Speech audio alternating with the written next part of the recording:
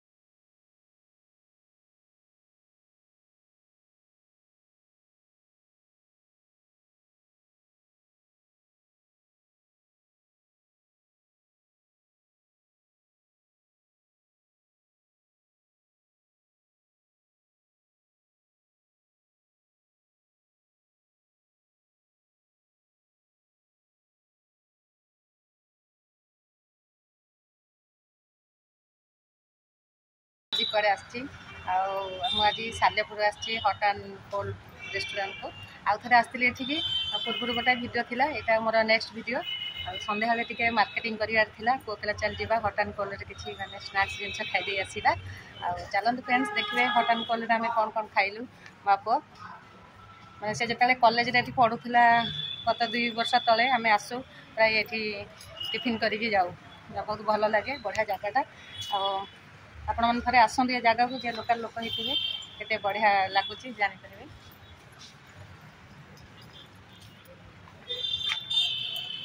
पूरा 6टा 6:30 है संध्या पूरा से ऑर्डर कर मुझे बाहर आसिकिना वीडियो उठेली। वीडियो तो निशा लगी।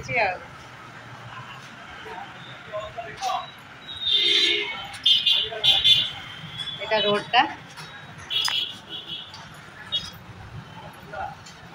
सालेपुर मेन बाजार पाखे यहाँ मयूर सामना गाड़ी मोटर जाऊँ ठीक से सुबह जाऊनी फ्रेंड्स। चलो वीडियो को कंटिन्यू करूँ केमती लगुच मो वीडियो कहे।